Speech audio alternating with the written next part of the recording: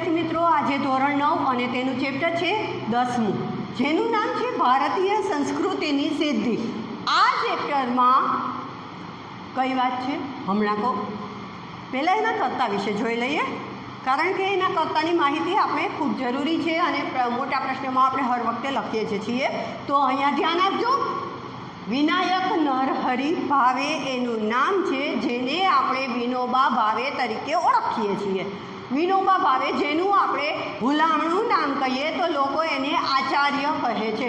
તમને ક્યારેક પૂછવામાં આવશે જોડકામાં એક બાજુ લખ્યું હશે વિનોબા ભાવે અથવા તો એવું લખ્યું હશે કે વિનાયક નરહરિ ભાવે, એમ પણ લખ્યું હશે તો વિનાયક નરહરિ ભાવે અને એની સામે તમારે આચાર્ય લખેલું હશે તો તમારે એ જોડકું આવી રીતે કરવાનું રહેશે। તો એના માટે તમારે આ ખૂબ જાણવાની માહિતી છે। વતન છે રાયગઢ જિલ્લો, રાયગઢ જિલ્લાનું ગાગુડે ગામ છે ત્યાંના છે અને કર્મ તો ગાંધીજીના એ અનુયાયી રહ્યા હતા।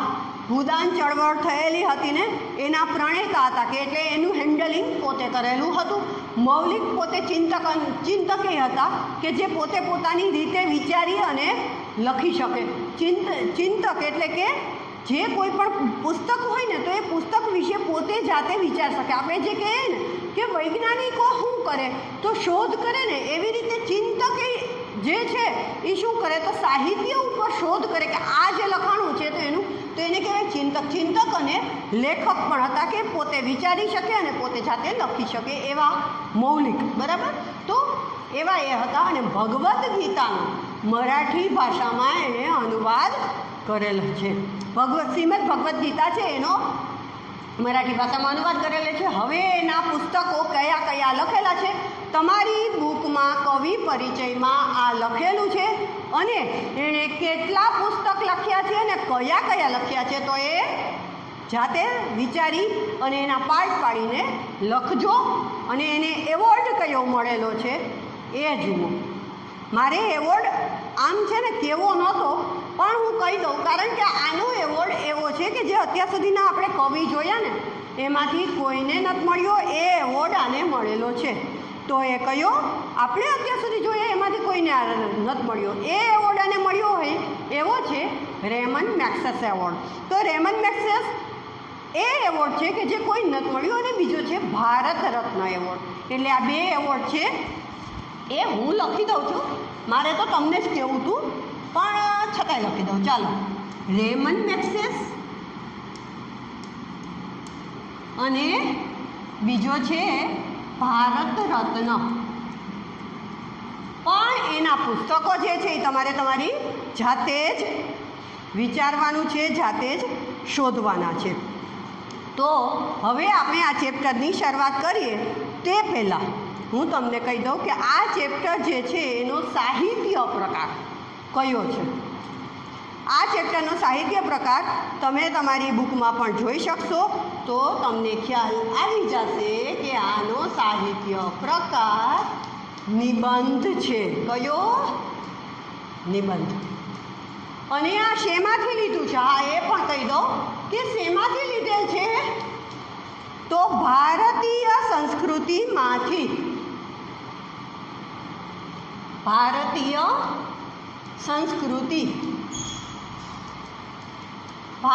સંસ્કૃતિમાંથી આ લીધેલ ચેપ્ટર છે અને ખૂબ સરસ છે।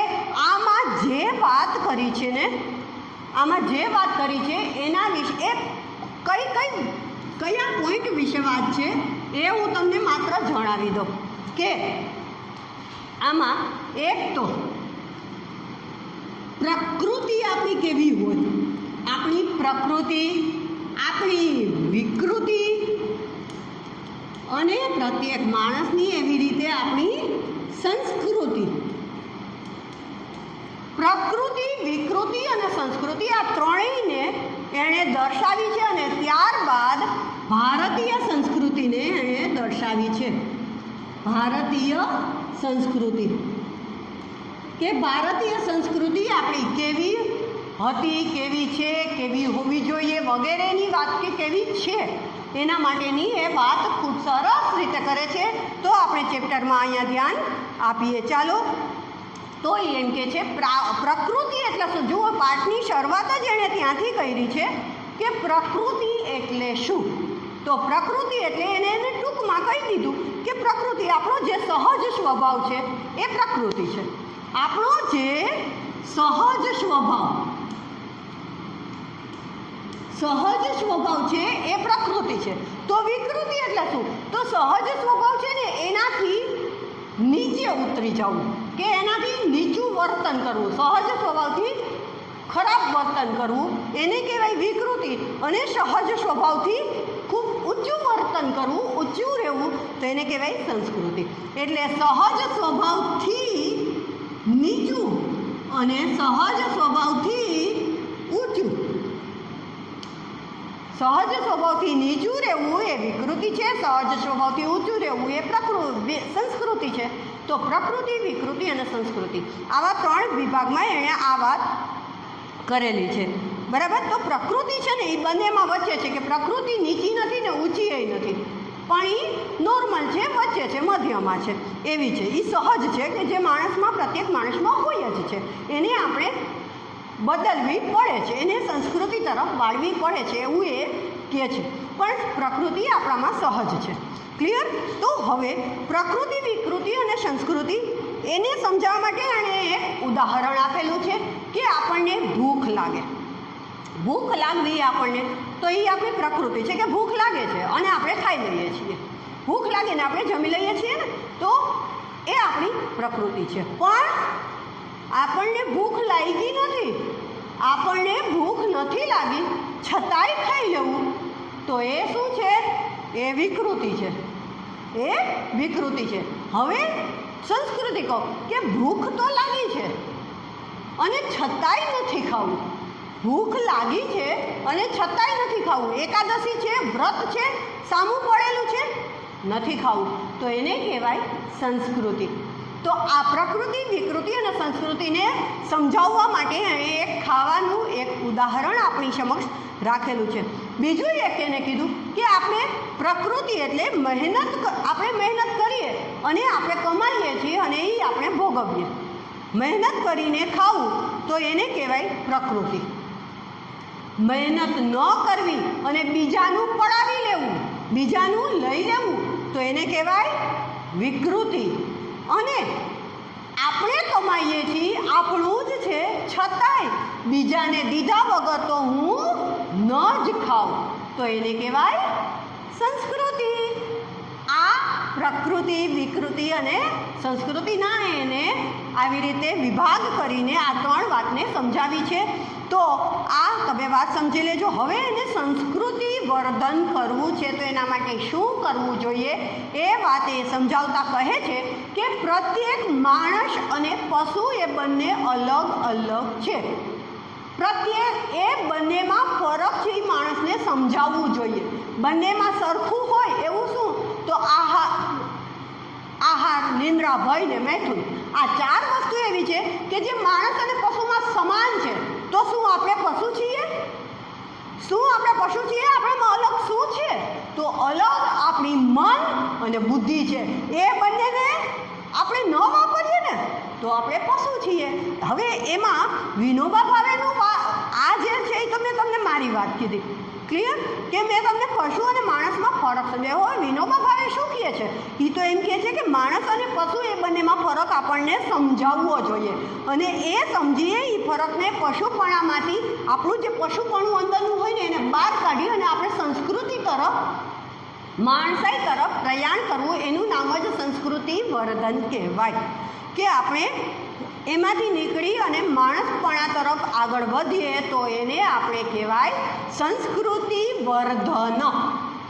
ક્લિયર? હવે માણસ છે એ સુખ અને આનંદ શોધે છે.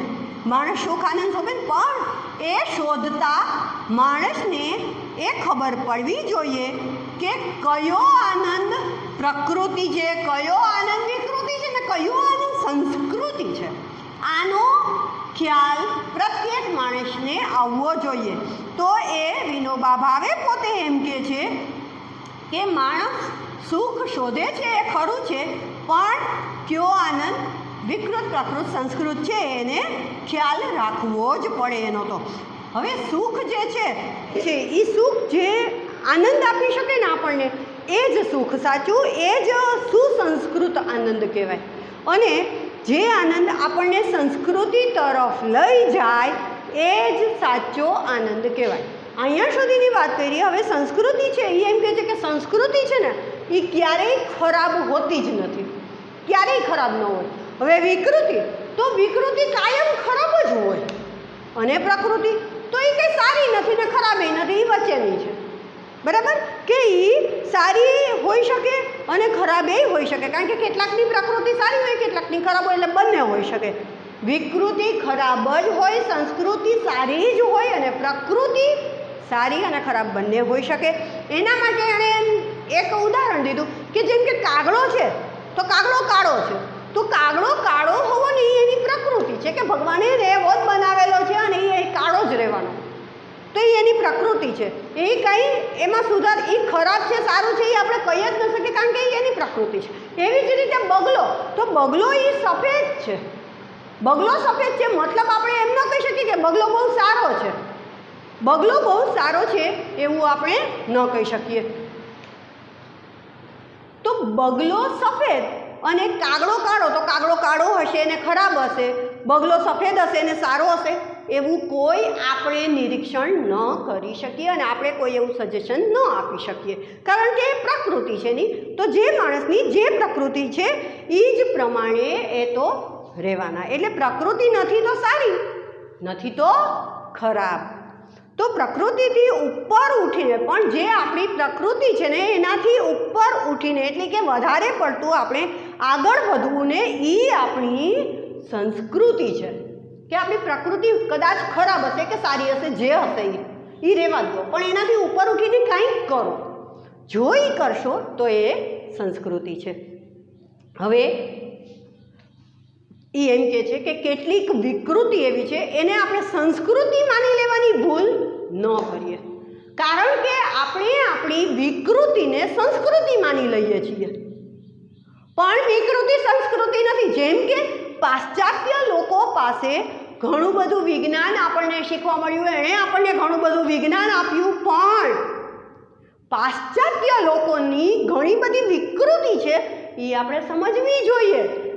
બધે બધું એનું નથી લઈ લેવાનું, આપણે દુનિયાભરની સંસ્કૃતિ લઈ લેવાની, પણ વિકૃતિ કોઈની આપણી પોતાની હોય ને તો એ વિકૃતિ નથી લેવાની. અહીંયા કઈ વાત કરે છે? એ એમ કહે છે કે દુનિયાભરની સંસ્કૃતિ આપણે લઈ લેવી, પણ આપણી પોતાની ભારતની વિકૃતિ હોય ને તો એને ત્યાગી દેવી જોઈએ, આપણે નહીં લેવી, નથી લેવાની. કારણ કે પશ્ચિમના લોકોનું અનુકરણ કરી અને આપણને એમ થાય કે બધી રીતે એનું વિજ્ઞાન પણ સારું, આ પણ સારું, અને એની કેટલીક જે વિકૃતિઓ છે એ પણ આપણે આપણા જીવનમાં લઈ આવવા માગતા હોય, આપણા ભારતમાં લઈ આવવા માગતા હોય, તો આ ખોટી વાત છે.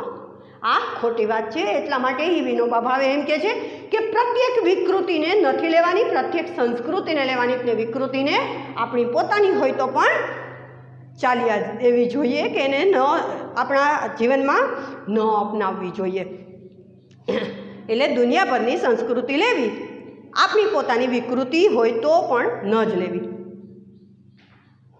પ્રાચીન કાળની વિકૃતિ હોય એ એમ કહે છે કે પ્રાચીન કાળની વિકૃતિ હોય ને તો પણ ન સ્વીકારી. પ્રકૃતિને હંમેશા સંસ્કૃતિનું રૂપ આપતા રહેવું, કે આપણી જે પ્રકૃતિ છે ને એને હંમેશા સારી કેમ બનાવી, આપણી ઉચ્ચ કેમ બનાવી, આપણા વિચારો કેમ ઉચ્ચ બનાવે, એના માટે સતત પ્રયત્ન કરતા રહેવું. અને આપણે ખાવાનું ન છોડીએ. આપણે જે કહીએ ને કે આપણને ચાલો સંસ્કૃતિ એવી કીધી, હમણાં વિનોબા ભાવે છે એણે આપણને એવું વાત કરી કે સંસ્કૃતિ એટલે શું? તો જે માણસને ભૂખ લાગી છે અને છતાંય નથી ખાતા, જેમ કે એકાદશી વગેરે રહે છે ત્યારે, તો એ એની સંસ્કૃતિ છે. પણ એ એમ કહે છે કે ચાલો એ પણ નથી થતું, આપણે ખાવાનું ન છોડી દઈએ. પણ આપણે એ તો કરી શકીએ ને કે આપણે માંસાહાર છોડી દઈએ, માંસાહાર ન કરીએ. તો આ આપણે આપણી પ્રકૃતિથી ઉપર ઉઠીને કંઈક કર્યું કહેવાય. ખાવામાં સંયમ રાખવો એ સંસ્કૃતિ તરફનું આપણું ડગલું કહેવાય.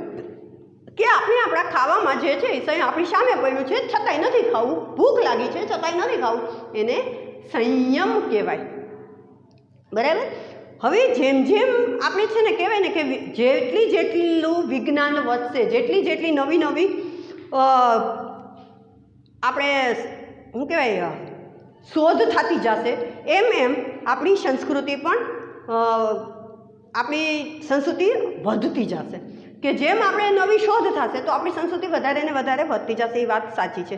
માણસને એકચ્યુઅલી એવું છે કે જેટલું વિજ્ઞાન વધ્યું છે ને એટલે એને માણસને શું છે કે ખાધા જ કરે. કેવી રીતે ખાધા કરે? તો અક્રાંતિયાની માફક એટલે ખૂબ જ ખાવું એને કહેવાય અક્રાંતિયાની માફક, કે અક્રાંતિયાની જેમ ખાધા કરે. કારણ કે માણસને શરીર રચનાની ખબર નથી. એની જે શરીર રચના હોય ને એની ખબર નથી પડતી. જો ખબર પડે ને તો એ આક્રાંતિયાની માફક ખાવાનું છોડી દે. એટલે અક્રાંતિયાની માફક ન ખાવું.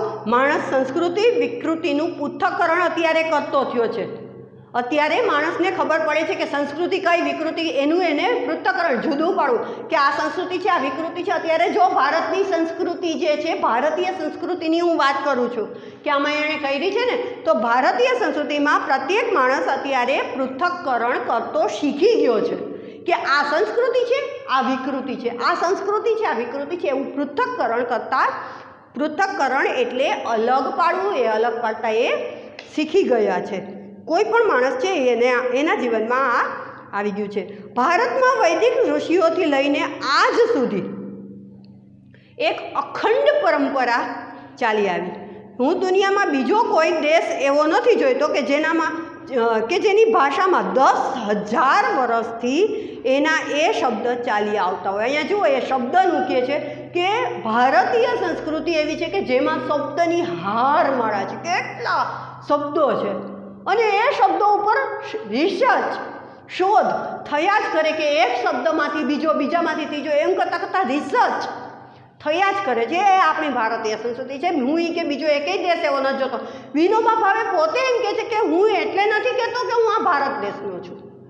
હું બીજા દેશનો હોત ને તો પણ હું તટસ્થપણે એમ કહી શકત કે ભારતીય સંસ્કૃતિ છે ને એ જ બેસ્ટ છે. અને ભારતીય સંસ્કૃતિની અંદર આ આપણને જોવા મળે છે કે નિષ્પક્ષપણે ભારત વિશે આવું જ કહે કે ભારતનો વિચાર વૈભવ એ કોને શ્રેષ્ઠ માને છે કે એ એમ કહે છે કે ભારત પાસે બધું જ છે. આપણે નદીઓ છે, પર્વતો છે, આપણે જ્યારે કહીએ ને મંદિરો છે, સ્તૂપો છે, આ છે, તે છે, આમ ઘણું બધું વર્ણન કરીએ ત્યારે વિનોબા ભાવે એમ કહે છે કે આ બધું તો છે જ. આપણા ભારત દેશ પાસે આ બધું છે. તો એ કંઈ વિશેષતા નથી. પણ હા, ભારત પાસે કોઈ વિશેષતા હોય ને તો એ કઈ છે? તો એ છે વિચાર સંપદા. કે ભારતની જે વિચાર સંપદા છે ને એ ખૂબ જ મહત્વની છે અને એની પાસે સારામાં સારી વિચાર સંપદા છે.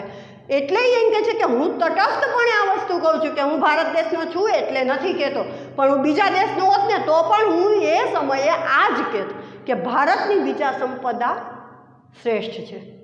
અહીંયા એ આ વાત કરે છે કે આપણા ઋષિમુનિઓએ શબ્દ ભંડોળ છે એ આપણને ઘણું બધું આપ્યું. ભારતે પોતાના પુરાણા શબ્દોને તોડ્યા નથી કે જે પહેલાંના શબ્દો છે એ બધા ચાલો એને તોડી નાખીએ, એ નથી જોતા. હવે આપણે નવા શબ્દો એ નથી કરતા, નવા જરૂર બનાવ્યા. એણે નવા ખરેખર બનાવ્યા છે.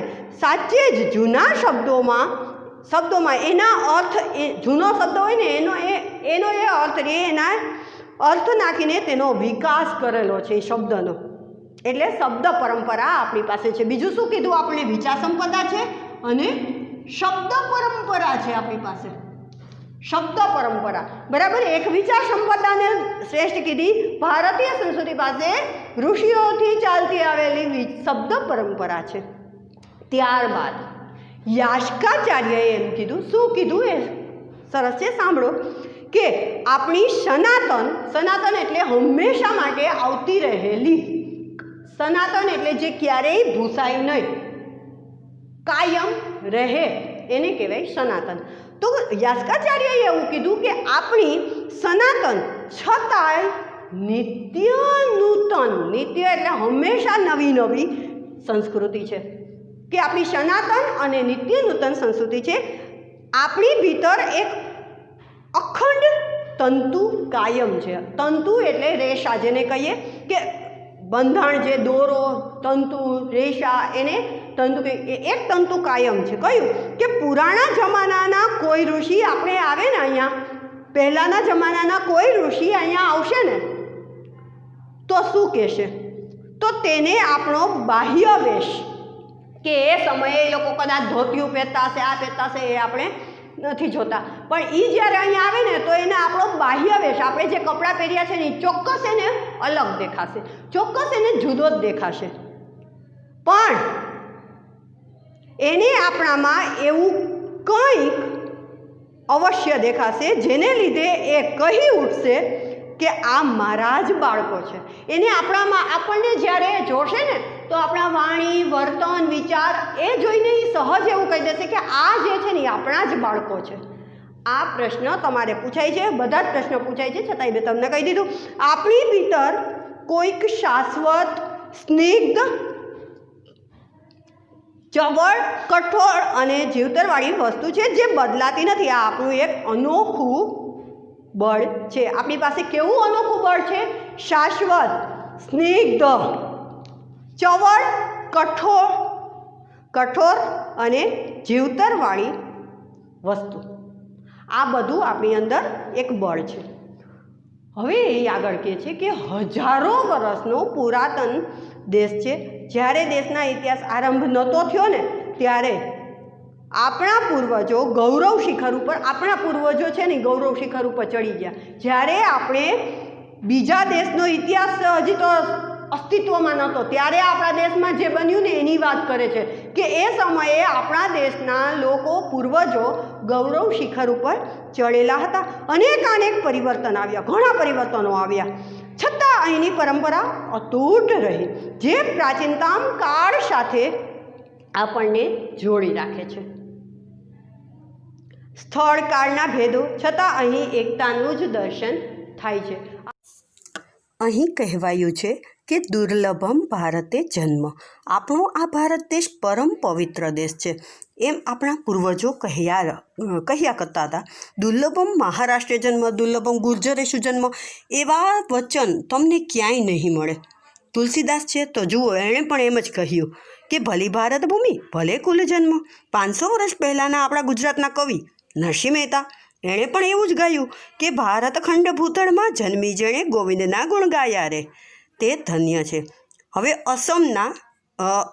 અસમ રાજ્યના શંકરદેવ અને માધવદેવ છે, એણે પણ નરસિંહ મહેતાએ જે વાત કરી ને એ જ વાત એણે કરી છે. એટલે નરસિંહ મહેતાએ ન તો ગુજરાતનો મહિમા ગાયો, શંકરદેવ અને માધવદેવ એણે પણ અસમનો મહિમા ન ગાયો.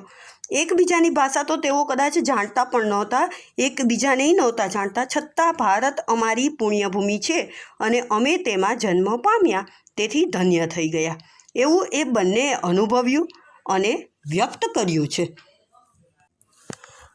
આવી રીતે આખા ભારતનું અભિમાન એ કંઈ પ્રકૃતિ નથી, બલકે સંસ્કૃતિ છે.